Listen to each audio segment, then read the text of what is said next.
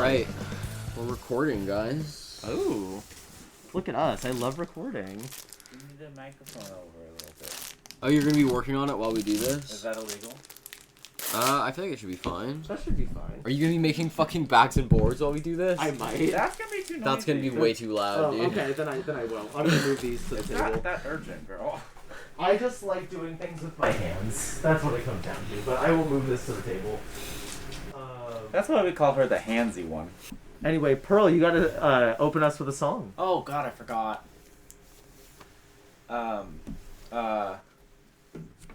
Welcome to the Escapies podcast. We really are glad you're here. If you didn't already know, each one of us is queer. All of those statements were true. Pearl, Welcome. you tell me that you're straight all the time. Ironically. Anyway. That's your song this time around, audience. Someone recently told me they like my songs. Everybody likes your songs. We like your songs too. Did you not realize that we're also into your songs? We're constantly telling you that we like your songs. The fuck? Customers constantly tell you I that. guess I just thought I was the butt of some awful joke. No. But no, I'm loved and appreciated. Pearl, we are all the butt of God's cosmic joke, but you are so beloved. Should I start a band camp?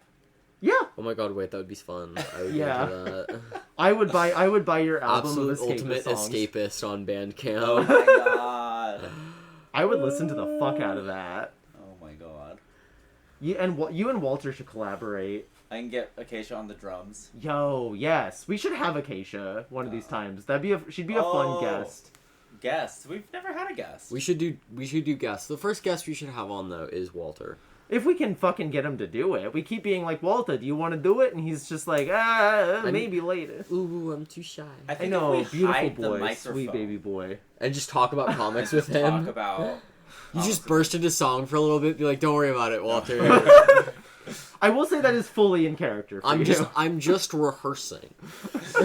At the end, we're like, surprise, bitch, you're on candid camera. We love your opinions.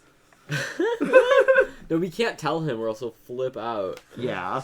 That said, if you all see him in the store, tell him he's great, he should be on the podcast, and ask him about his Swamp Thing pitch, because it's incredible. The crimes that I would commit to get Walter on a Swamp Thing title, I'm not going to say what that pitch is. Yeah, I'm trying not to put that pitch. I'm trying not to put that pitch. I'm trying not to put your pitch or my pitch out into the world because I'm scared that someone will get their grubby little hands on it who actually has DC Connects right now. Yeah, so I'm not going to steal them because they're too gas. Yeah, so I'm not going to say what it is. Just know that it's fucking great. Yeah. And if you would like to see like one of the best Swamp Thing runs of all time, like get Walter. If you have DC Connects, tell them that Walter's Know got the that gas. all of our DC pitches are incredible. Yeah. But yeah, so welcome back to the Absolute Ultimate Escapist Comics podcast. This is episode 7. We appreciate everyone who's been listening every episode. I think we get more listenership. So thank you for everyone who's been listening since day one. Thank you for people who are new listeners. We don't have a lot of listeners, but we love all of the listeners that we do have. I don't think I have any comics news this week, largely because I didn't really look. There was one thing, so give me just a moment to track it down. But today I think we've got a fair number of books to talk about, new books, series that we think that people should be picking up on. I'm going to be talking about the new Jean Luen Yang Teenage Mutant Ninja Turtles and Sophie Campbell's Supergirl issue 8. We're going to talk a little bit about Ultimate Universe 2 years in. I'm going to talk about Batman Superman World's Finest, which I think is one of the best Capes books to be hitting the shelves right now. And I'm going to talk a little bit of shit about a book that I was kind of excited about when I saw it pop up on League of Comics Geeks earlier this week, but was really disappointed by it, which is DC KO's Cyborg versus Swamp Thing, which really bummed me out because, as you know, Swamp Thing is a huge beloved series in the store. Friend of the pod, Swamp Thing. Friend of the pod, Alec Holland. Yeah. The Swamp Thing. We are going to be talking about that because Walter got Tate on it, who got me in on it. We are now like full-throatedly a Swamp Thing store. I'm about halfway through. We'll talk about that more later. Corinne walked up to me and was like, "Who the hell is buying all the Swamp Thing?" And I was like, "We are." Well, actually, her exact words I think were, "Who is selling all the Swamp Thing?" And I was like, "We are, but to ourselves." It's an Ouroboros kind of situation, but I did sell it on Aldo. I think I got Aldo to get, I think, Volume 1 of the Alan Moore Saga of the Swamp Thing or something. Yeah, he's been reading it. He's been slowly working his way through it. Yeah. Also, friend of the pod, Aldo. Yeah, one of our favorite regulars for real. He doesn't believe it when I say it, but one of our faves for sure. Believe in yourself, Aldo, because we believe in you. Yeah. What are you planning on talking about? I'm planning on talking about Saga of the Swamp Thing. I'm planning on talking about Kyle Stark's new book, Wrestle Heist, which we'll talk more about that. But like, our boy is back. He's back in the saddle. The end of Superman, the Kryptonite Spectrum. R.I.P. So sad. It was so good, so sad. I will be buying it in trade. You should. It's fantastic. I think it's a genuine delight every time. I'll talk a little bit about Starship Godzilla, mainly just to tell you it's great. I won't spend a ton of time on it, because we've already spent some time on it. And last, but certainly least, I will be talking about Absolute Batman number 15. 14 was so gas, and 15 is kind of a wet fart, if I'm being entirely honest. Well, the yummiest kind of fart, I mean. Don't call it that. even Pearl looked up from what she was doing, was like, what the fuck are you talking about? You shook that woman to her core. What kind of podcast is this?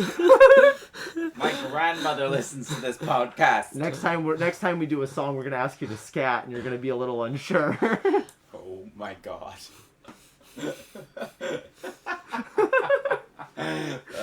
That was a cheap one, but I loved it. Sometimes low-hanging fruit is delicious. What was your little bit of comics news that you wanted to find for us? Yeah, I found it. So basically, Jessica Jones is returning. In a quote, her darkest, bloodiest alias story yet. I will say it is a Red Band book, so I will believe it when I fucking see it. And also, if they don't let Jessica Jones swear, I'm going to lose my mind. Red Band is fundamentally a joke. That said, I would ignore this if it were not for the fact of Jessica Jones having an alias story again. Because I love my girl. I love my, like, foul-mouthed, traumatized little detective.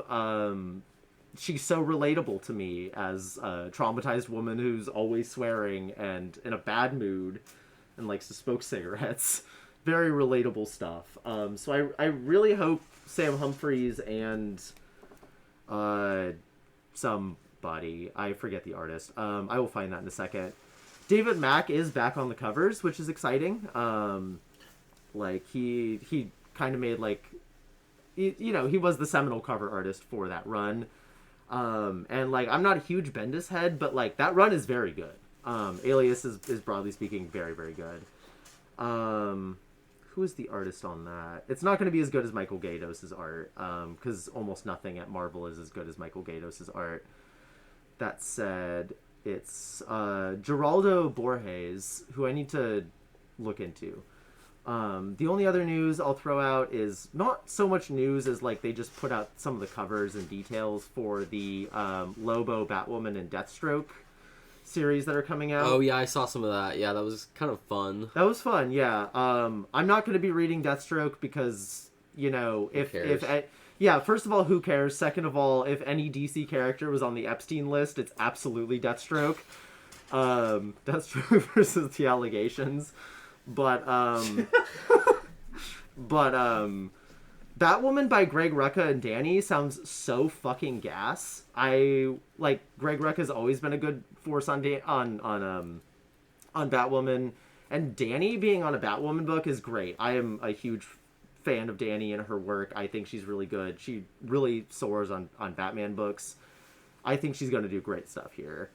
And then Jorge Corona, another friend of the pod, and Scotty Young are doing Lobo, and talk about a team that is, like, I don't care about Lobo at all, But I will be reading that book because, like, I want to. Jorge Corona's art on Lobo with Scotty Young writing. Writing sounds incredibly gas.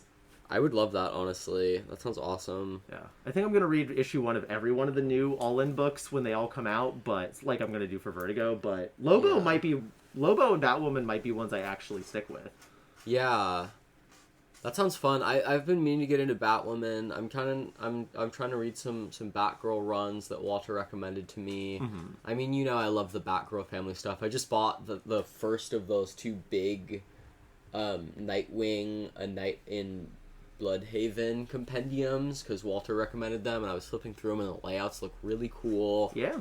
And he and I were talking about how the layouts for that seem like they've inspired a lot of the layouts for like all of the Nightwing stuff that's come out since, like the Grayson stuff, the Tom Taylor Nightwing run, to like the layouts for Nightwing have always been kind of cool. I just love the Bat family stuff, so I'm excited to read some Greg Rucka Batwoman. Yeah. Which reminds me also, if you could ever track it down, because it's probably mostly out of print at this point. I know we only have volume 2. But Mother Panic from the Young Animal line was like a Batman book through... Man, I wish we had more Young Animal books. I was trying to find back issues of Shade the Changing Girl to just fill out trade number 1, and we only have issue 7. That's a bummer. And we have trade 2, and issue 7 is in number 2, and I was just like, damn it. So if anyone has a volume 1 of Shade the Changing Girl that they want to give me, I'll throw you a few bucks. Hell yeah. I'll throw you used book prices for that bad boy. And if you have I would love to read it. And if you have DC Connects, tell them to put that Young Animal stuff back in print. I think the only thing currently still in print is Gerard Way's Doom Patrol. Yeah, which is awesome. Which is great. It's so good. Please put the rest of those books back in print. Like, that imprint was, like, they're all awesome. Wildly good. Yeah. Like, Mother Panic was fantastic. Shade the Changing Girl was fantastic. I don't think I read Cave Carson as a Cybernetic Eye, but I did need to. Walter loves it. Oh, yeah, okay. Walter loves it. I'm sold. Yeah. Like... there's also a crossover between Cave Carson and Swamp Thing at one point during the Milk I think Wars. that's probably why he knows of Cave Carson. Yeah. In his quest to read all of Swamp Thing, which is so beautiful. Yeah. I also love that how very briefly how Milk Wars was structured was it was like every book tied in with one of them, like Mother Panic tied in with Batman, Superman tied in with I think Doom Patrol, Shade the Changing Girl tied in with Wonder Woman. But then when they got to Cave Carson, they were like, Swamp Thing. It was like the Trinity and Swamp Thing. It was like the Garnet, Amethyst, and Pearl and Steven. With Swamp Thing as the Steven in this case. Which I thought was very fun. Dude, Swamp Thing Steven Universe crossover. Did you guys hear about how Free Comic Book Day is kind of probably going to be no more? No! Shit, wait, hold on. What? So Free Comic Book Day is kind of getting taken over by Diamond, and Diamond wants to charge us. Oh, Isn't Diamond dead? How are they charging us for shit? The Ghost of Diamond The haunting Ghost of Free Diamond Comic Book yeah. Day. They want to charge people for Free Comic Book Day. They want us to buy it and then hand it out for free. That's insane. Which this kind of decision making is why Diamond is dead. Yeah.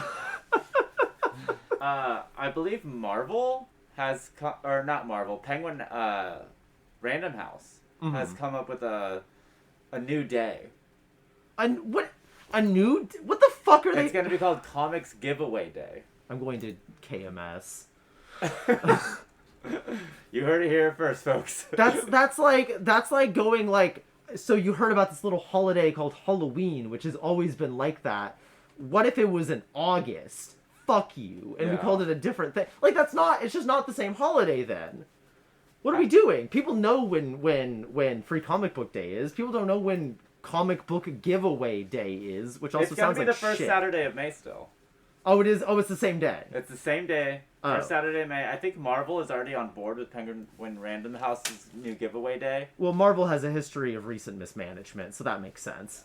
Well, Marvel probably can't really do anything either. I mean, their distribution is owned by PRH. Yeah, like, PRH, like, it's not like they could just be like, no, we're not doing that, bosses, you know? Yeah, they just shake Marvel's leash, and CB Cebulski goes like, I won't call myself Akira Yoshida again. And we all believe him. Anyway, sorry.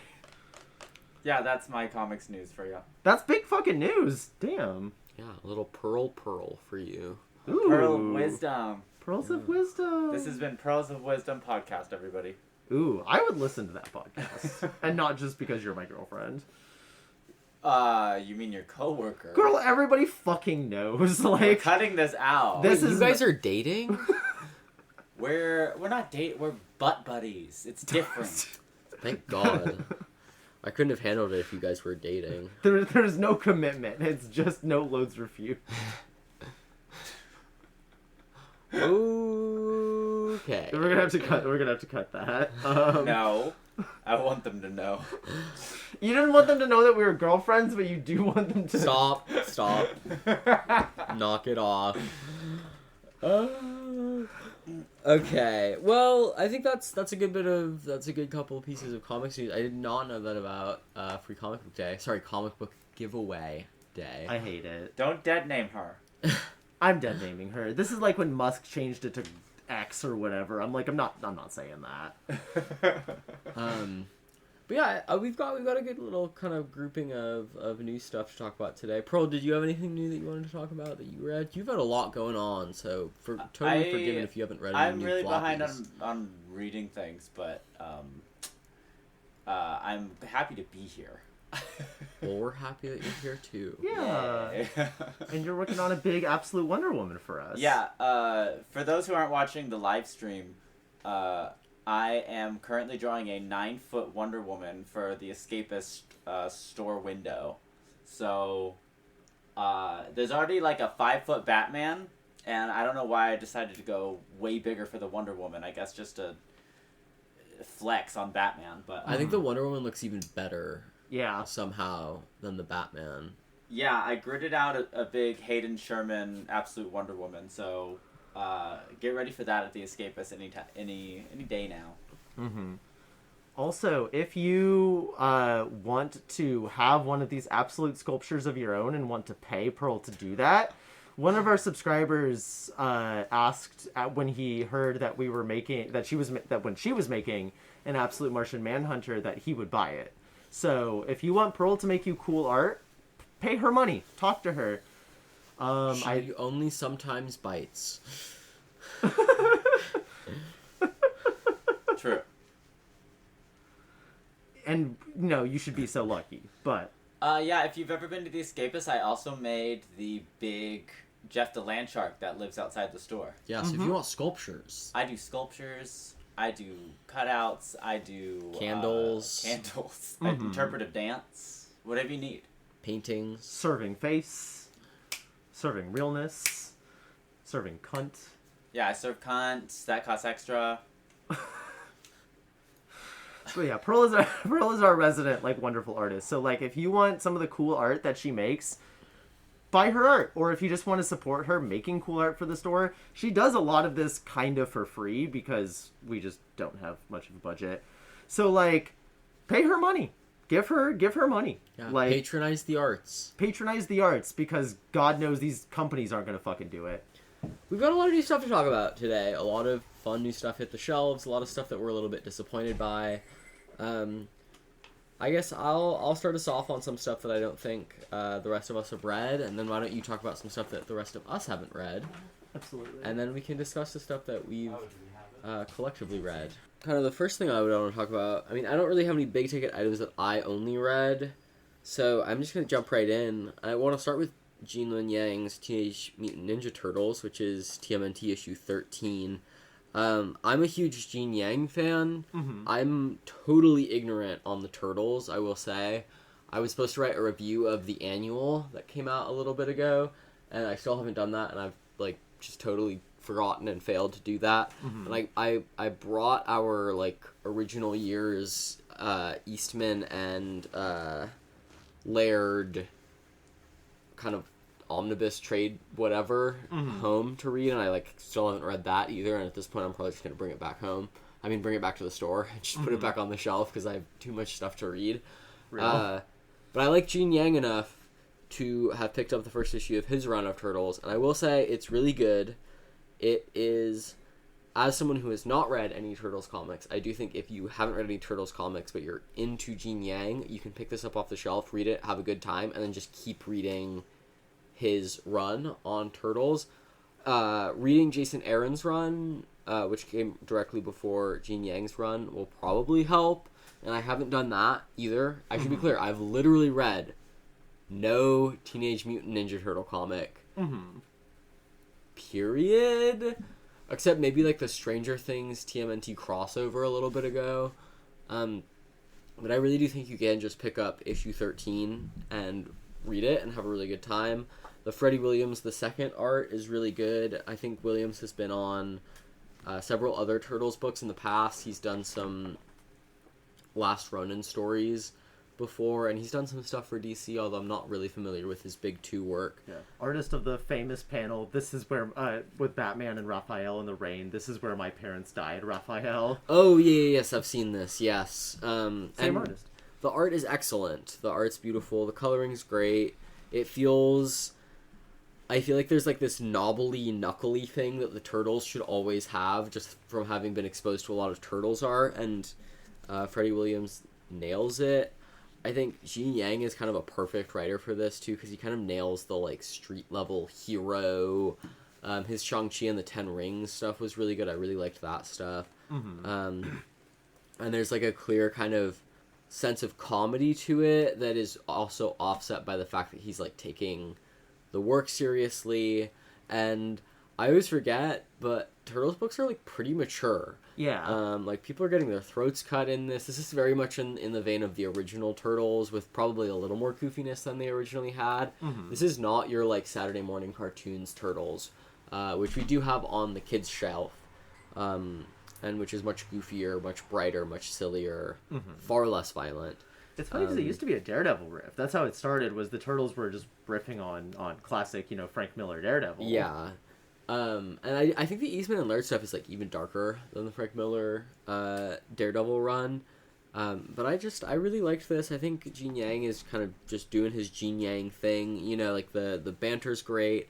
What I will say, too, is I was struck by how well you kind of start to get a sense of the characters just through dialogue in Gene Yang's issue. Because, again, like, I don't know Leo from Donatello or whatever, and I feel like within the first few pages I was like, oh, I have a kind of good sense of, like, who all these characters are. I have a kind of good sense of who the rat is. I immediately know Who is that rat? Splinter. Yeah. Ding ding. Sorry, Splinter. No, that's so funny. He's supposed to be dead. Who the rat is? I don't know. So they don't really say his name. Because the Turtles just call him Dad. So, fuck you.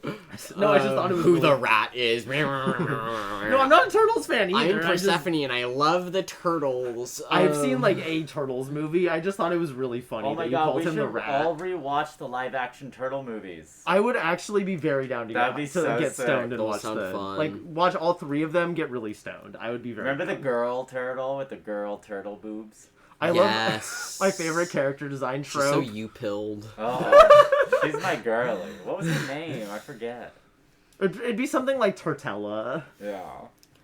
Venus, probably. Yeah, Venus would be. I Ooh. was gonna say Venus is the But Yeah. this is really fun, really well written, well drawn comics, and I think I'm gonna keep reading the Gene Yang run. I'm not gonna keep the issues. I'll probably collect it maybe in trade if it really holds up, which for me is saying something because I have to be sparing about the books that I take them. And I know I buy a lot of books. I know I bring home a lot of books, but I do have a filtering process. There's a screening process for what I bring home, and these are just really fun. I'm a fan. There's like some kind of very turtle-esque tropes here. Like the bad guys have these like really goofy like sci-fi guns that have like laser tracers, and it doesn't seem like they shoot real bullets. They shoot like energy or whatever, and they have these like really adorable like arrows that point in the direction that you're supposed to shoot. Oh, that's so which funny. is really hilarious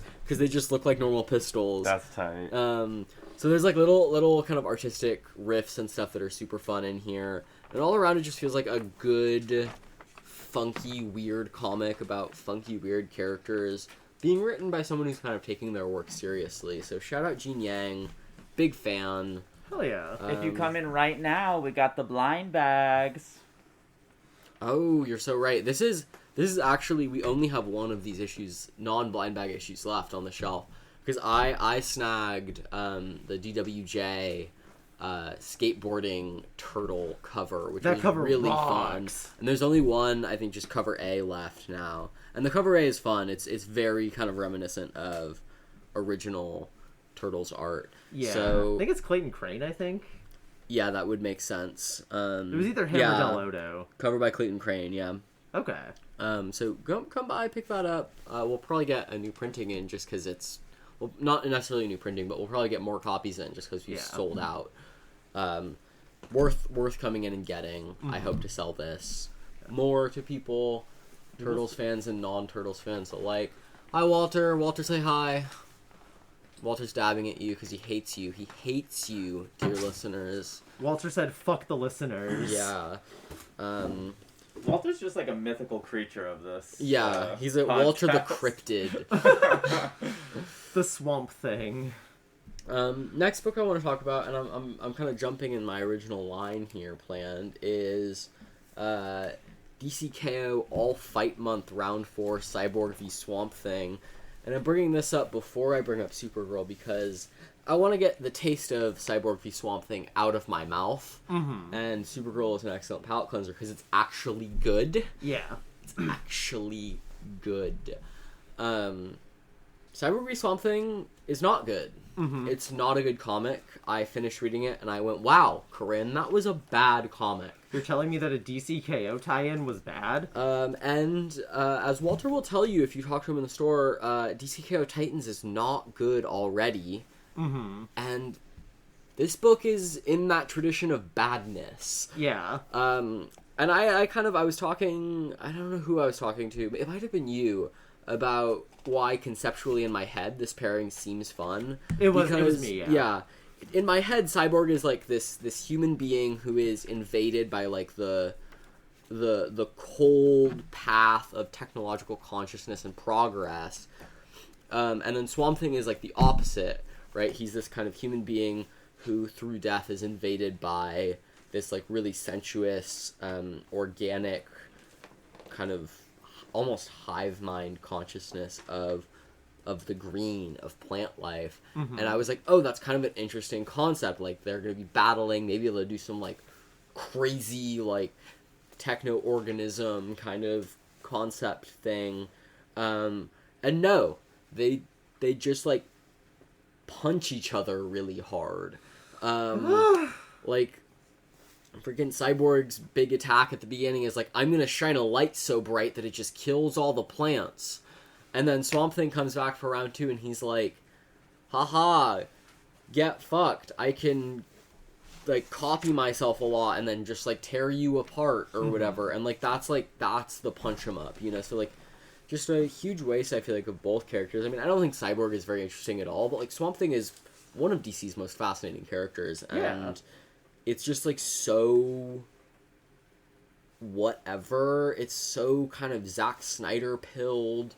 And it shows you how much the kind of DCKO All Fight Month concept is just like half-baked and poorly written, because no one has the motivation of all of these characters is someone's making me fight him, and now I have to fight him, you know? Like, I don't want to fight him, but I also, like, I have to, like, fight him so that I can reshape the DC universe back into what it's supposed to be, which feels very like Jonathan Hickman's Secret Wars if it was bad. Yeah. You know? This is kind of actually, that's a really good apt way to put it. This is Jonathan Hickman's Secret Wars if it was bad. Yeah, this is Battle World but shitty. Yeah. And I also think they missed a huge opportunity here too for like a kind of character moment, because I think it's ridiculous for me to think that Swamp Thing would not prefer to reshape the world in his image over Cyborg. Yeah. Because Cyborg represents kind of like this very real technological overrunning of of like plant life and just like organic natural world kind of stuff. Mm-hmm. And spoilers, because this comic sucks and it'll take you 45 seconds to read it. Literally, like, I sat down and I read it in probably like 2 or 3 minutes. It's like so boring, but so kind of lacking in material, so vapid. Yeah. Swamp Thing just like gives up. He's like, Cyborg, you can win. Go reshape the world in your image. And it's like, no, Swamp Thing would not want the world reshaped in Computer Man's image. No. Like, I feel like it fundamentally misunderstands like the environmentalist attitudes of like a Swamp Thing story. Yeah, like this is like dumb. there are multiple points, and we'll talk more about Alan Moore's Swamp Thing. Yeah, like good Swamp Thing. Good Swamp Thing. There are multiple points where he's like actively like, the human world is actively intruding on me. This is a balance that I have to maintain between like, I don't want to just like, you know, classic Poison Ivy kill the world or whatever, but also like, I am being overrun by like technology. Like one of his villains is a guy named Nuke Face, who's a guy who drank too much nuclear radiation because he got poisoned. Been Yeah. there. Like, who among us? Like, me and microplastics. yeah, my Viggo Mortensen crying one single tear at the end of Crimes of the Future when he eats his plastic bar. Yeah, no, this like DCKO is. I've been very positive, broadly speaking, on DC's direction. DCKO is fucking dog shit. Like it reminds me there are still clowns in this circus. And then it ends with like Gorilla Grodd trying to beat up Darkseid, which is just so dumb. Darkseid should never be fist fighting Gorilla Grodd. Like that should never be happening. Well, it actually ends too with Grail, daughter of Darkseid, who no one's ever asked for to come back. No. She fizzled out when she was created, and no one's sitting at home thinking, man, I wish I had a Grail storyline. Anyway, hashtag not my Swamp Thing. Moving on. This is Titans number 30. Poor showing. Some kind of fine covers. I'm putting this back on the shelf, unless Walter wants it. Because I think this is the best cover. For the audience at home, the cover is like Cyborg, but his like robotics have been replaced by plants, and then Swamp Thing, but his like plants have been replaced by robotics. It's Brad Walker and Marcelo Maiolo, and it's good. I like it. I'm into it. Yeah. It's way better than everything that's on the inside of this comic. Yeah, it's a fun conceptual story. Anyway, Supergirl, issue 8, the good comics. We've talked a lot about Supergirl already. This is Sophie Campbell Supergirl doing Sophie Campbell Supergirl stuff again.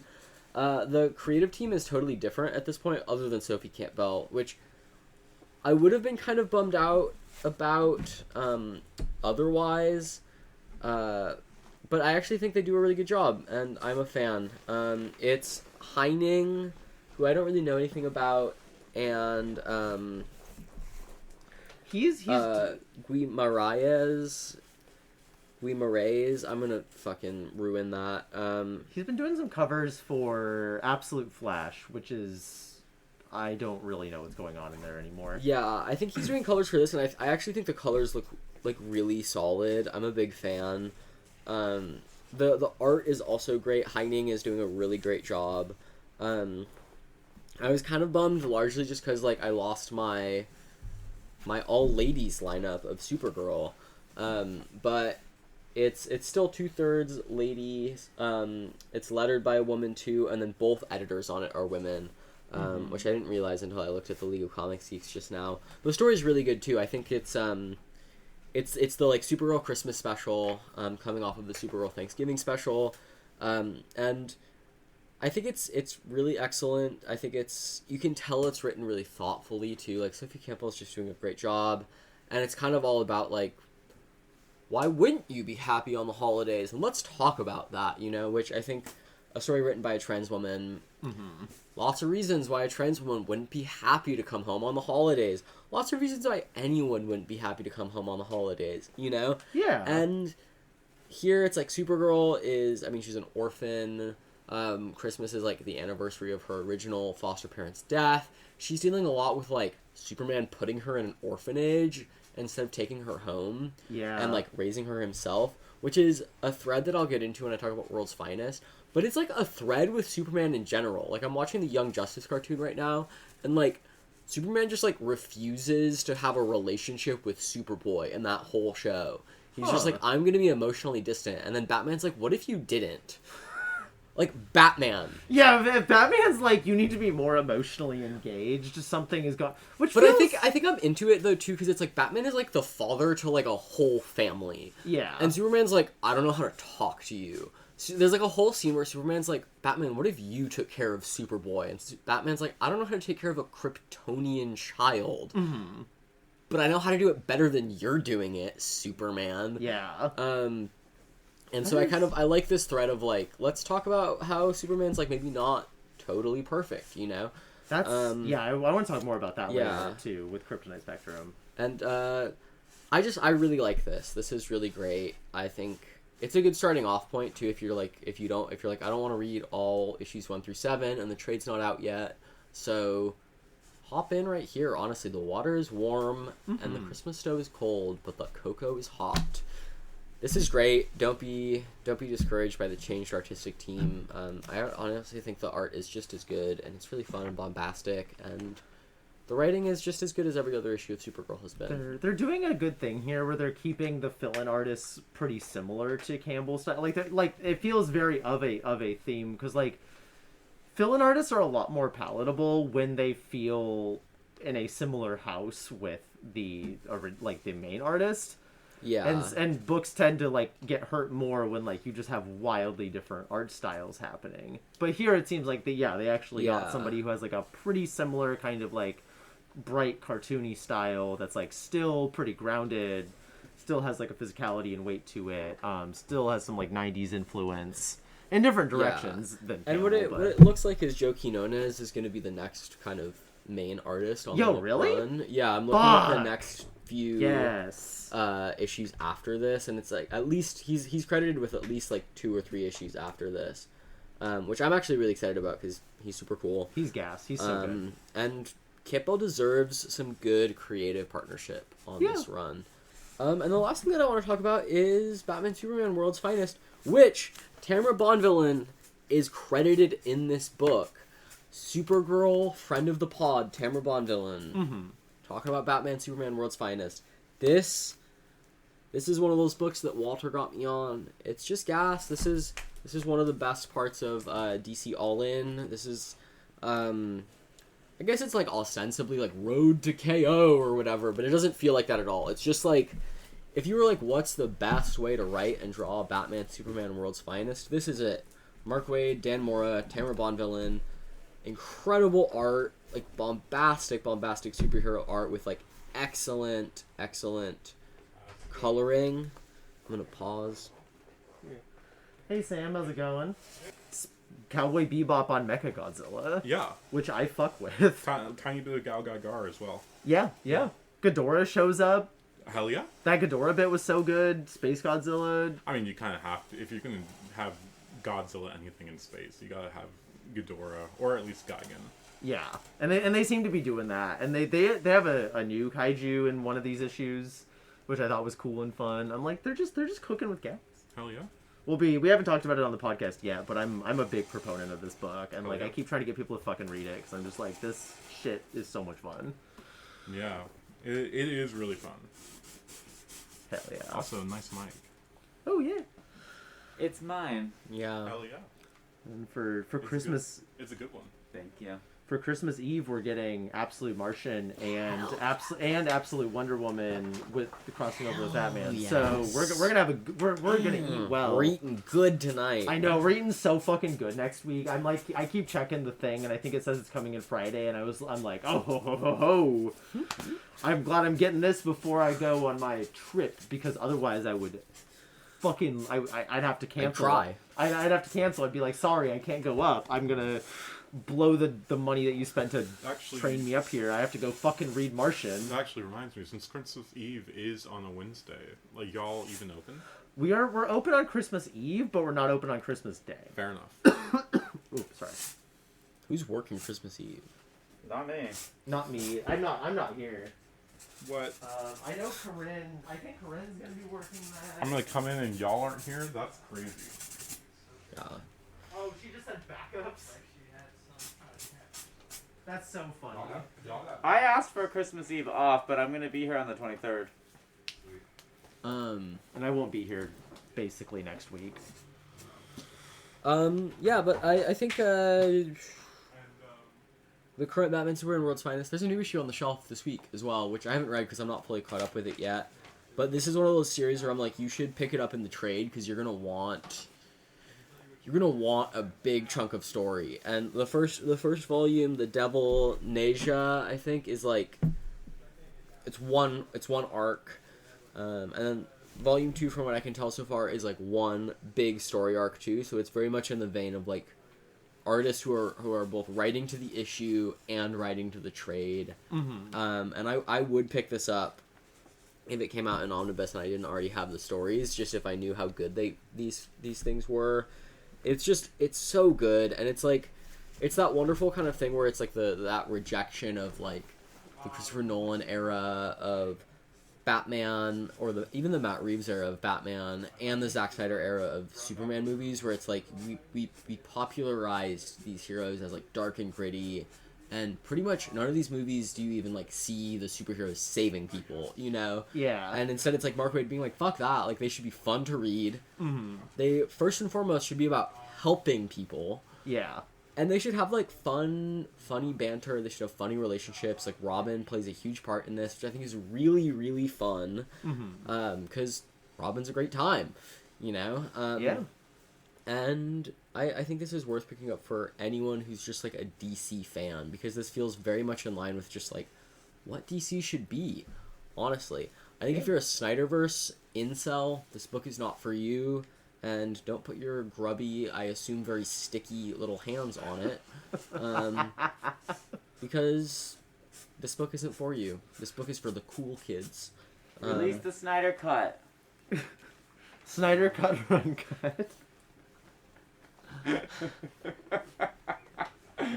Yeah. Anyway, 1, 2, 3. Anyway, yeah. To your point, like Mark Waid is one of the good like. There's a couple like long-term DC guys who kind of came back to DC for All In, and like I am a notorious hater of Jeff Johns, but I think Mark Waid as one of the old DC heads who's come back is like a pretty strong choice. Like he's consistently a thoughtful writer. Even when I don't like something he's done, I'm always like, this is never like a cynical work. This is never like a work that was not thought out and engaged with. He's always a thoughtful guy, and he's a fun guy. Yeah, I think he really gets at its core what both DC and Marvel are supposed to be. You know, like that's why you pick up a Mark Waid book. It's like it almost feels like coming home or something, or like a good like drink of like cocoa or something. Yeah. Or, like, it's like that Ratatouille moment where he like eats the fucking like the Ratatouille, and he's like delivered to the moment of like eating tarte tatin with his mother or his grandmother or whatever. It's like you read a Mark Waid book and you're just like, oh, this is what superheroes are supposed to be.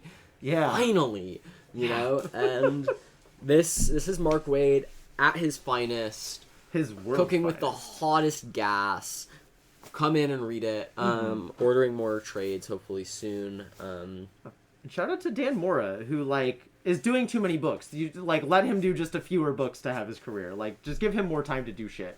That said, incredibly strong. Like DC was very smart to look at his work with Grant Morrison and Claus and be like, that guy's cooking with some insane gas. We need to lock him in. He's I think kind of one of the stronger like mainline Cape guys. Yeah. I don't think he's quite as dynamic as Jimenez is, but like he's got more of like a kind of cartoonish aspect to him that I actually think works really well for World's Finest too. Because I think it's like this is a cheerier book than the Jimenez Batman stuff is. Yeah. And I think like this paired with Tamara Bonvillain's coloring blew me away. I mean, I think her coloring on Supergirl was incredible. But I think she surpasses herself coloring World's Finest now. Yeah. And I am a huge fan, so shout out to Walter for getting me to read this.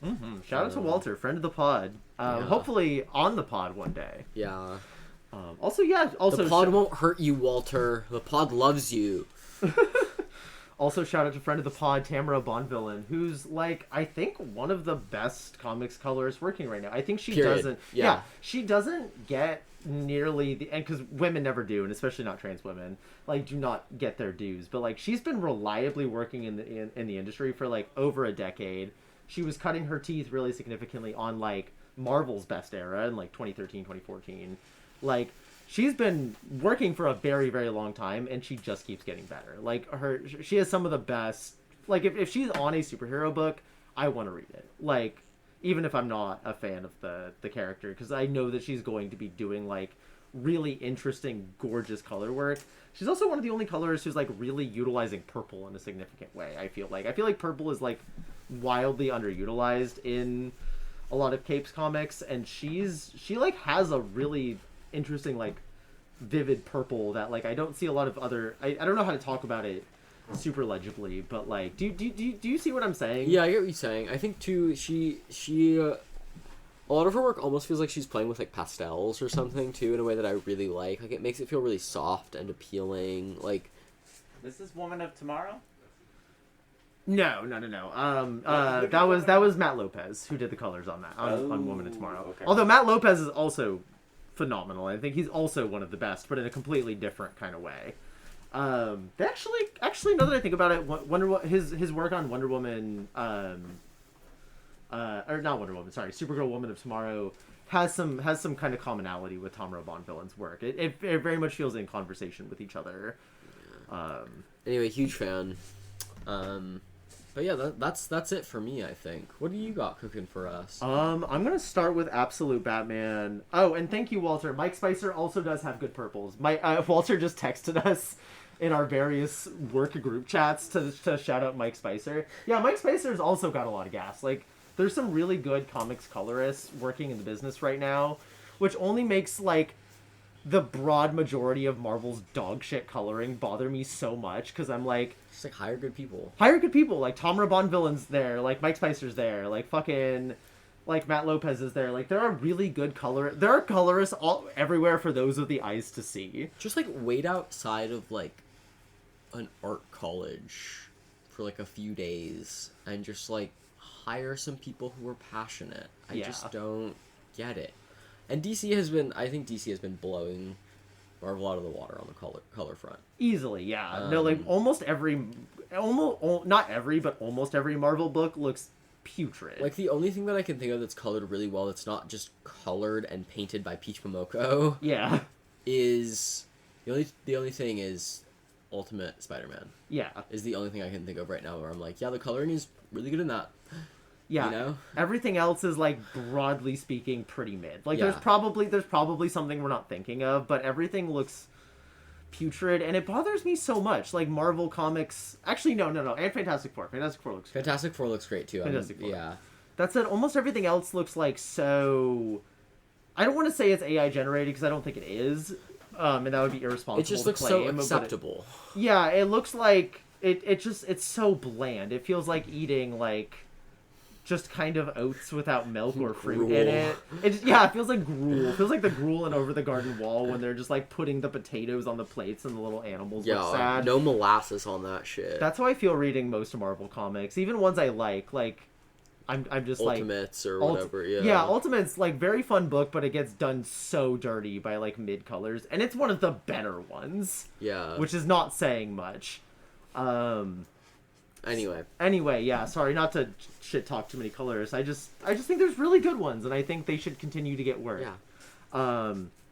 But on to... You've got a big name book to start us off with. Yeah, Absolute Batman, more like absolutely mid as fuck. I'm sorry to say this as somebody who broadly likes Absolute Batman, who thought issue 14 was the best work Snyder's done on the book. And I want to specify Snyder because Daniel Warren Johnson is, like, blew everything that Snyder's done out of the water. But that last issue of the Bane arc was really gas. It was so good. The work with, like, the character work with Bane was fun. It, like, brought that, like, big stupid energy that, like, does work for Absolute Batman. Like, Absolute Batman, like, blows up a building, like, a skyscraper and drops it on Bane as his opening move. And I was like, okay, yeah, we're, like, in, like... hell yeah, brother, party rock territory, which is kind of where Absolute Batman does its best work. Besides the art, is just like when Snyder leans into kind of being like dumb as fuck in a heavy metal way, it works. Absolute Batman 15, the introduction of the Joker, is absolutely a joke, if I'm being entirely honest with you. To talk about the positives, I will say that Jock... I was initially not excited to see Jock on the issue, not because I don't like Jock. I think Jock is great, actually, and I really love Snyder and Jock's Black Mirror collaboration. But part of what's been so interesting about the Absolute line was getting artists who had, like, never worked on these characters working on these characters and, like, seeing very different takes on them. So, like, I wasn't that interested initially in what Jock would bring to, like, Absolute Batman, because I'm like, I've already seen Jock's Batman. That said, he's kind of the only thing which makes any of the Absolute Joker stuff work on any level. Like, the, kind of, like, very shark-like rows of teeth with Jock's kind of jagged, fragmented style. Like, it's like jaws are, like, falling out of each other. Like, it looks upsetting and wrong. And so when the couple of times when Joker does transform, like, Jock does a spectacular job of making it look, like, painful and gross and, like, kind of frightening. That said, the writing is absolutely not there. It's Absolutely not there. Absolute Batman, like, absolutely joke. not there. Yeah, Anyway. it's We already made that joke. no, but thank you for repeating it and gassing me up. I appreciate it.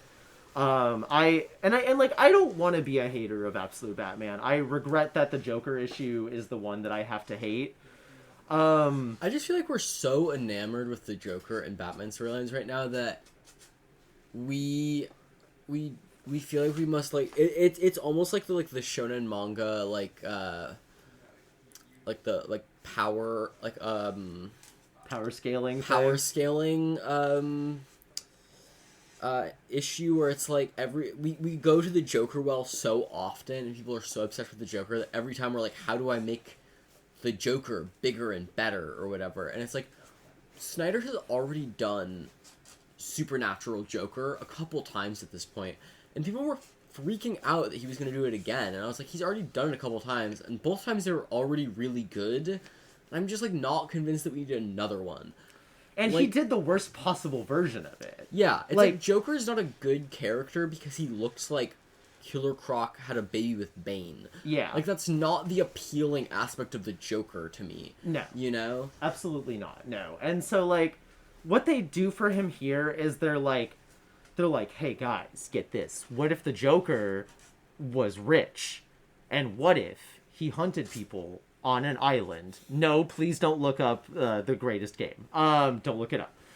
Also, what if he was filled with adrenochrome? Because he's literally just, like, immortal because he, like, is drinking, like, filtering in baby's blood. Like Scott Snyder's, like, literally 5 seconds away from doing absolute blood libel. Like, it's... And, like, I would be... Like, I'm not trying to cancel Scott Snyder. I would be more offended if it wasn't so fucking boring. Yeah. It just feels, like, thoughtless and stupid. Like, I really don't care about, like... What if Joker was an immortal rich guy who had a hunting people island? I also feel like they set him up to be so cool. Yeah. You know, it's like you get, like, these little glimpses of him, and he's, like, the mastermind behind every evil thing on the earth and stuff, and he's, like... He's got his fingers in all this crime, and, like, he seems like... There's, like, a mastermind aspect, like, almost like a Kingpin-esque aspect to him that they're setting up. Mm-hmm. And they just, like, did not stick the landing.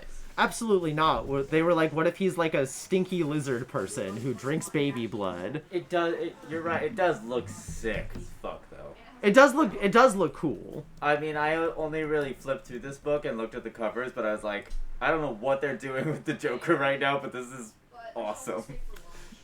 Yeah, so that's our kind of, I guess, negative takes on big Killer Croc adrenochrome Joker. in Absolute Batman. What Oh. else? What are? Oh wait, are else we your- still going? Yeah.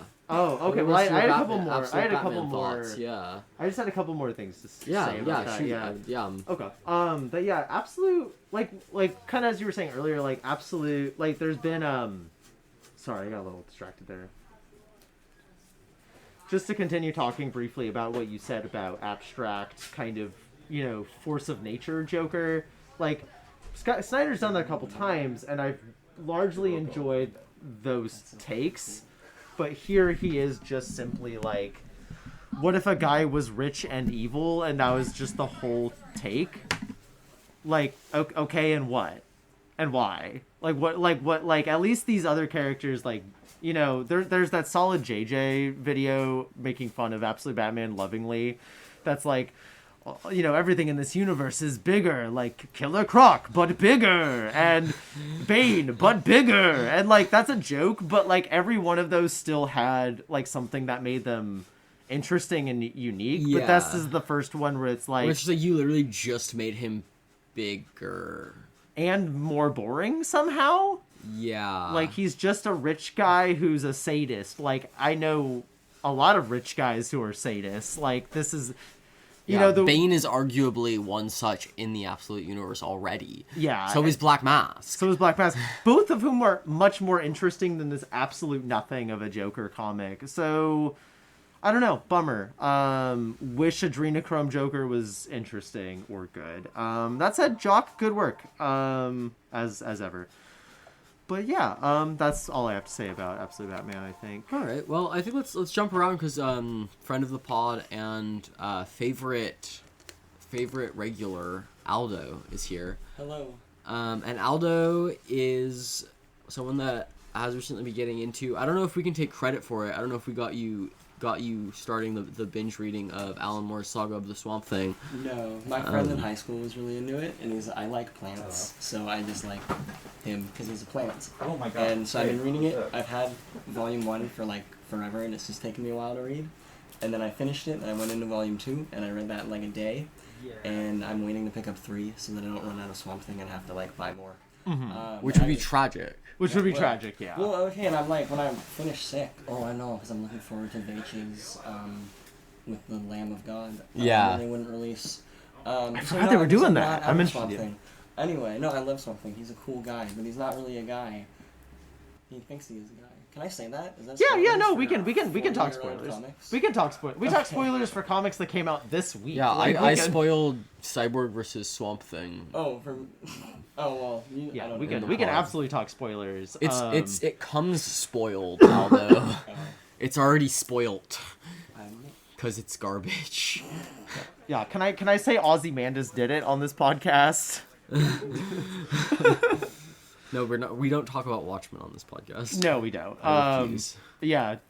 All jokes aside, yeah, we've been every one of us in the store, or almost every one of us in the store, has gotten extremely Swamp Thing filled recently. Like Walter Walter's like I think almost done with the entirety of Swamp Thing as a character. Not even more, just all Swamp Thing. Just all of it, Just Swamp Thing. including incidental appearances I love that. too.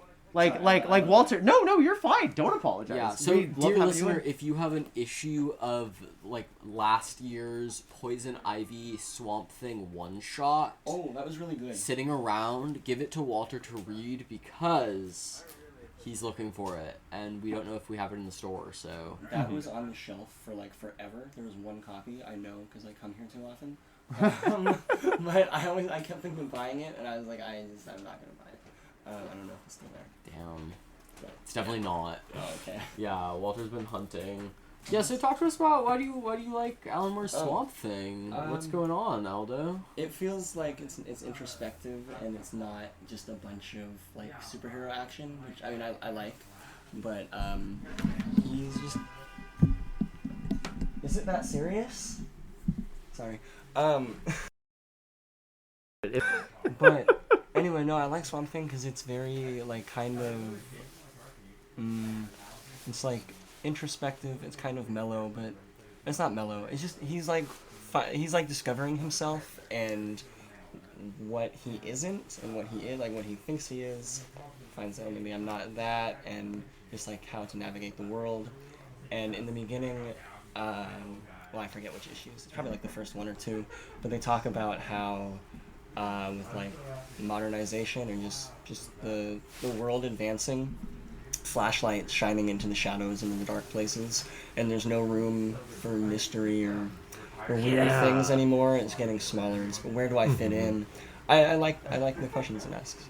Yeah. That was beautifully put. That was really good. Thank you for coming on. I've been waiting for you to come in while we record so that I can make you be part of it. Oh, that's fun. Thanks. Yeah, I know we tell you that you're one of our favorite subscribers, and it's true. Like, we, like this is on the pod now, this is on the record, we mean it when we say it. Aldo just brings such a wonderful energy to the store whenever he's in, and yeah, you're appreciated. Yeah, sincerely just like a sweet, nice You're guy. wanted. That we're always, like, whenever we see you coming up, we're like, fuck yeah, Aldo's coming. Like, we enjoy talking with you, you're very sweet, you have good taste. We Happy just to hear enjoy your having you taste around. on Swamp Thing, too. Yeah. Enjoy having you around. Yeah, I genuinely think this is one of those books where, like, I mean, it's people who don't really know that much about comics talk about Watchmen in this kind of, like, reverential way, as if it were kind of, like, the greatest comic ever created, like, the comic that made it so that you can be a comic creator, a cartoonist, and also be an artist, or also be a writer, and also be creating literature. And I think Watchmen is great, Watchmen's fine, or whatever. I mean, I think Alan Moore's Saga of the Swamp Thing is the seminal text for those who know. Yeah. You know, I think what Moore is doing with Swamp Thing is formally more interesting than what he's doing with Watchmen. It's sort of historically, I think, just as important as Watchmen.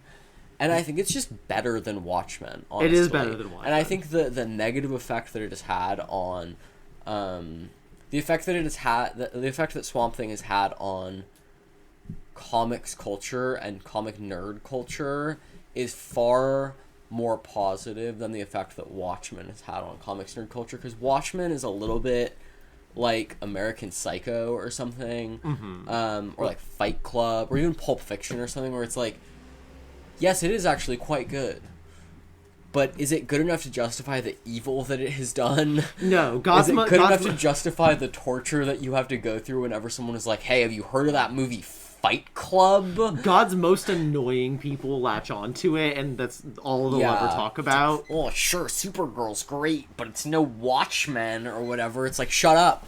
Oh yeah, so talk to me about why you love Saga of the Swamp Thing, Alan Moore. Yeah, both you and Walter got me in on checking it out, and I wanted to... I've been meaning to read it for a very long time. It's one of the kind of few gaps I really have in my Alan Moore reading. And that is kind of the thing about Alan Moore, that, like, he gets so... Because as you were talking about Watchmen, he gets so hyped up as, like, this kind of grandmaster king of comics or whatever, and sometimes it makes you very frustrated to talk about him. But then you read an Alan Moore comic, and you're like, oh, he really was that bitch. Yeah. Like, he really had that gas. And so, yeah, reading that first issue of, like, the first issue where he was wrapping up the previous writer's run was very good. I liked what it was doing. Aldo kind of mentioned that issue. It's very good. But when you read the anatomy lesson, maybe one of the best first issues anyone's ever done for, like, a series. As an issue that, like, so dramatically contextualizes and redefines the character and tells you exactly what a writer's run is going to be, what its focus is going to do. The voice is fantastic. I remember, like, the prose is so fucking good that I recorded myself doing a, like, Vincent Pricey rendition of it, because it just had that, like, pitch perfect, like, EC Vincent Price gas. And the art's really good. Like, the art that Toltabine and Bissett and with a couple of guest artists like McManus and Rick Veitch do is, like, broadly speaking, really good, like, really dramatic layouts that are, like, and like, really smartly done comics. And it's just gotten better and better as it's gone along. I've been really, really enamored with almost every aspect of this. I've had very few complaints. I just think it's beautiful, lush, gorgeous, thoughtful work. This is one of those comics too where you will be reading, you know. So like any Alan Moore comic, like there's There's a hefty volume of words on the page. It's not like Chris Claremont at all. But I think like an EC comparison is probably the most apt, where it's like, you better be prepared to read. You know, this is not a punch 'em up comic. This is not a capes comic. This is a dare I say, it's like almost graphic novel-esque. You know, dare we say? You should be prepared to read a piece of art and literature. You know, and it's incredibly entertaining at the same time, and it's pulpy and it does find that perfect balance between like I hate some of these quotes on the back that are kind of like that are always kind of just like really smart for a comic book, like how half these tend to be, but like it is like it's really a smart grown-up comic,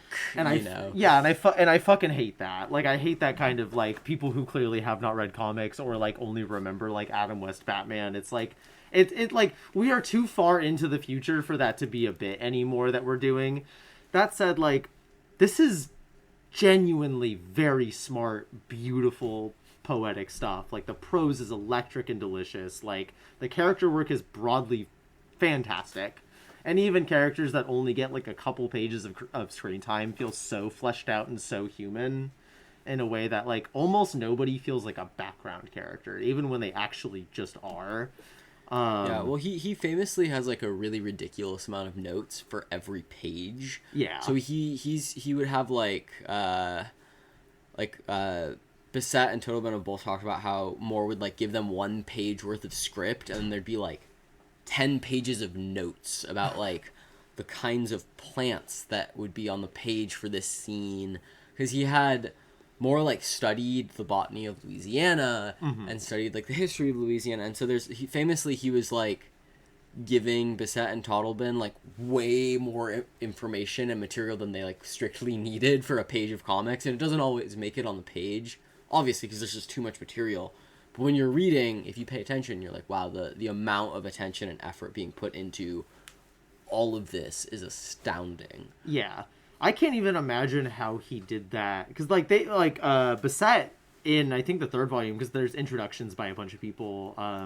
Most of them are good. I skipped the Gaiman one because I don't really care what he has to say, but like Jamie Delano and Stephen Bissett and a bunch of others. I loved Delano's essay. Delano's essay is really good. Stephen Bissett's is also really good, just talking about like deadlines and trying to imagine like more making the insane amount of notes that he does on this book and like continuously hitting his deadlines. He famously like they switched around the Nuke Face paper stuff was supposed to be earlier, and when they switched that further back, Karen Berger's suggestion, he wrote the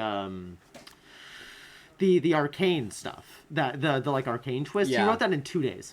I like that stuff. That's incredible. He did that in 2 days? He did that in 2 days. They talk about it in the 3rd volume in the Bissett interview, or maybe in the 2nd volume, where like one of the volumes. Gaiman.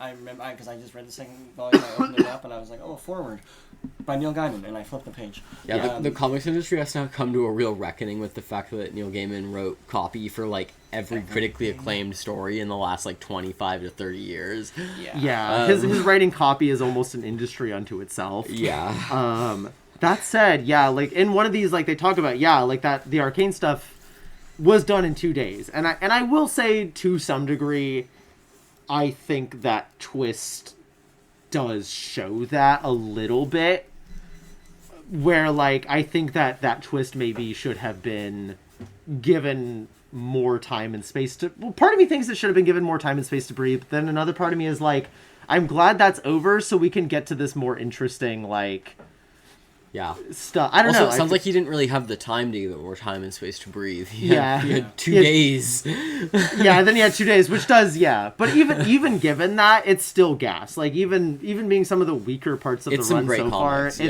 great comics. Awesome. I'm glad that we kind of took like a little segue to talk about what is a much older comic, and we don't normally do that, but I think it's timeless comics. And it's comics that deserves to be talked about, and we all love them, so... We talked about Punisher Max last time. Well, that's 2009. This is the 80s. Yeah, this is much older. I want to make a brief note on that. This is so old that, like, in comics history, this is so old. In terms of, like what I guess, yeah, what I mean by that is that, like, you get to the House of Mystery and the House of Secrets stuff in here, Yeah. and it's all pre-Dreaming. Like, it is all pre-Sandman. Yeah. And I remember reading it and being like, because I kind of just expected more Swamp Thing to be roughly contemporaneous with, like, because even though I know... the Vertigo era stuff. Yeah, I thought it was, but this prefigures Vertigo. Yeah, this is older than Vertigo. This is older than Vertigo. Like, Vertigo doesn't happen without more Swamp Thing. And we are, friend of the pod, the late Vertigo comics. Soon to be revived. Soon to be revived in a beautiful way. But, like, yeah, late or early. Like, I remember, like, picking up this volume and then on the back, the third volume, and on the back there being, like, the introduction of John Constantine. And it was just like, what do you... That's like... And now introducing the Northern Lights, or like now introducing the sun in the sky. Like, I just kind of always thought that guy was there, Yeah. even though he's not. I knew that. I knew that he came from this. Yeah. But even logically knowing that, it's another thing entirely to actually look it in the face and be like, oh, this is like, to use maybe a little bit of a silly metaphor, this is like the fertile ground from which Vertigo sprouted. Like, it does not exist without this, more than Watchmen, really. Like, kind of as Tate was talking about earlier, that like that Watchmen, yeah, this is just more like smarter and more interesting work, I think, than Watchmen. I think it does a lot of the things people kind of talk about Watchmen doing, but for comics as a medium rather than just kind of superhero stuff. And I just think it's like really beautiful and really sweet and really tender and really human. If Watchmen is ultimately about like about like how even our heroes must be like profoundly fallible people, Alan Moore's Swamp Thing is pretty similar, but also it's kind of just like about how the very structures of our world are like, I don't know. We're gonna cut that bit out because it's actually not that good. But Well, I have something to say. yeah, please, Aldo. We're gonna cut around my bit and have Aldo. I forgot. No, any comic is new if you haven't read it, so it doesn't really matter how old it is. That's a really good point. Every comic is new if you haven't heard of it or haven't read it before. That was beautiful. Well, Thank speaking you. of something that is new to everyone, Mm-hmm. what's up with what's friend of the pod Kyle Stark's doing? He's on a new book called Wrestle Heist, and I've been... Front of the previous pod too. Oh my god, yeah. Wow. For context, I talked a little bit of shit about his, like, one of his horror miniseries and said that they can't all be winners, Mr. Starks, and he did listen to our podcast, and he was like, they are all winners, though, smiley face. He was a very good sport about it.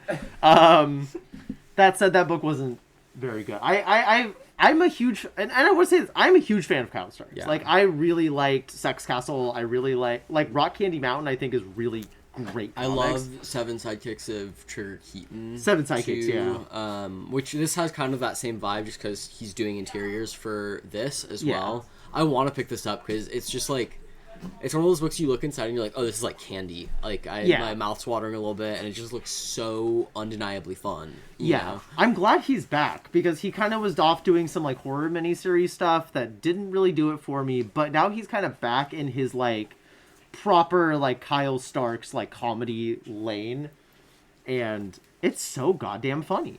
Yeah, isn't it? It's so goddamn funny. It's so charming. Like, there's like, it feels very classic Kyle Starks without feeling like he's just treading old ground. Yeah. It feels complimentary in some ways to Wrestle Heist is very, very classic Kyle Starks. Like, but yeah, without feeling like it's retreading ground. Like and it also feels very much like of a complimentary piece with like there is a love for wrestling here that is very apparent, and like do a power bomb. You are not going to find the same kind of like dynamic action cartooning that you would with Daniel Warren Johnson, because that's just not the type of book this is, and that's not the type of artist Kyle Starks is, but that's not a dig. Like, this is just a very good, very funny little book. I'm curious to see how the like heist angle will take in, because they haven't really kind of gotten into the full shape of that, but yeah, if you have any basis for kind of like wrestling, particularly like a WWE history, like you can see the Vince McMahon in there. You can see the kind of like like, if you just kind of know about the territories and how that works, like, if you have any basis for that, you'll get some enjoyment out of some of the, like, background texture stuff that they're doing here with the wrestling world. Like, Kyle Starks clearly is a fan. There's a fun little letters page where he asks a bunch of, like, wrestlers and comics people what their favorite lineups have been, which I thought was a little fun little back matter thing. Yeah, it's a good book. It's cute. It's fun. Check it out. Also, First Good Youngblood variant cover, tie-in variant cover with Can You Smell What the Bad Rock is Cooking, which is such a good bit. Thank you, Mr. Starks. This one's a winner. How many issues are there going to be? I think 4? 4 issues? I want to say it's a 4-issue mini. I'm so happy to have our boy back. He's out of the horror miniseries minds. I think most creators should be out of the horror miniseries minds. Look what it's done to Cullen Bunn. And Kyle Stark's kind of back in his element, doing new things. I'm happy for him. And then just because we're trying to wrap things up, I'm not going to spend super long talking about the Kryptonite Spectrum because we've already talked about it on this show. Tate, I know I talked to you about if this was going to be an issue where they were going to continue to be as formally ambitious as they had been in the past, or if they were going to kind of cut down on that ambition a little bit, scale it back to kind of tie up all the like thematic and like plot threads which have been running kind of underneath the experimentation for a lot of that. It is that latter. It's not quite as experimental as past issues are. That said, it's still fun. It's still fucking weird. It still doesn't read quite like anything else on the stands. And I just think it's a really cute, really sweet little book. Like, I think there's some stuff like Supergirl and Superman Kryptonite Spectrum, which are happening kind of at the edges of the Superman line right now, that are really interesting and unique and feel like good... Just feel like good takes on these characters. It's also very notable that they're both very Silver Age-y. Yeah, I just think it's beautiful. I wish there had been more issues of this, because I just had a blast. I was not expecting myself to be picking up a Superman book in single issues. But I don't know. I just think it's tremendously charming and sweet. And I think this team has a really solid grasp on like Atom Smasher is in here, and Dr. Fate's in here, and like... Yeah. This take on Batman, I think, is very fun and interesting. This take on Lois is very fun and interesting. I just think this is a good, cute little book. Wonderful. And then what's your last thing that you've got on your little stack there? I continue to be like God's biggest shill for Starship Godzilla. I think I've read a couple of Chris Gooch books, and I've been like, I like what this guy is doing. I think he's going to make something that just knocks it out of the fucking park one day, and I think he's hitting that ground.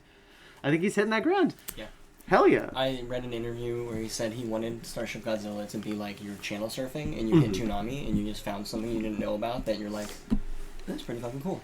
Oh shit, that's really interesting, the Toonami comparison, because I had been thinking Cowboy Bebop like really significantly. Like a lot of things like to riff on the Cowboy Bebop kind of formula, and most of them aren't that good at it. This feels like it has a solid grasp of that while not trying to be like a clone of that. I've only read one issue so far, but yeah, it has the Cowboy Bebop, like, Toonami feel, but, like, the plot, the characters, you're not reading Cowboy Bebop, you're reading Starship Godzilla. Yeah. Like, Yeah, you're reading just, like, blue-collar working-class Joes, like, transporting kaiju eggs using Mechagodzilla as a ship, like... Yeah. And I just... It's fun. It's fun. It's just a really fun, really... cute little book. This is seeming to imply we're gonna get some gay shit in the future. Yeah, the lead character is like, I'm like, is she one of them lesbians? Yeah. She's given some lesbian. There's also it's just a book mainly fronted by like cool, strong, dykey women, which I'm a big fan of. It's like here's like smoking grandma who's like running the crew, and I love that. That's a trope you got my ass if you got smoking granny who runs the crew. tough as nails mechanic, like fucking Full Metal Alchemist shit. Yeah, it's in there. Like there's a lot of kind of like good and evil like soldier dykes that are just like, here's the badass like lesbian Han Solo, and here's like the like lesbian space fascist. and I'm just like, I like all these little flavors of gay women we've got going on in a way that doesn't feel cloying, doesn't feel like a straight guy being like, hey, lesbians. Like, it just feels like a guy who's just like, you know what people want to read? Lesbians and Mechagodzilla. Nice. Doing little scamps and scoundrel shit. Well, I think that kind of wraps us up. Today we had a lovely little unexpected guest with Aldo. Thanks for having me on. Would you compare Starship Godzilla to like Crime Hot? Maybe no, probably not. I like if Crime Hot wasn't like porn. Yeah. It's not dissimilar. There's not a. It's the space crew. It's not super serious. It's not like Crime Hot.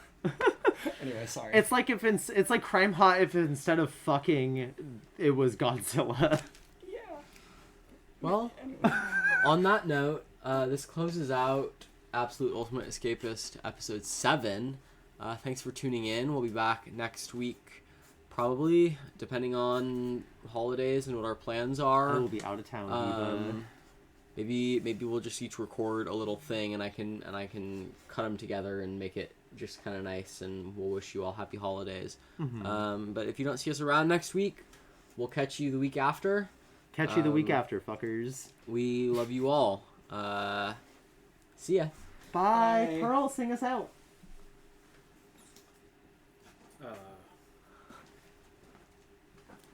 We had a podcast here, pum pum pum pum. Rum pum pum Pum pum pum Rum pum pum pum.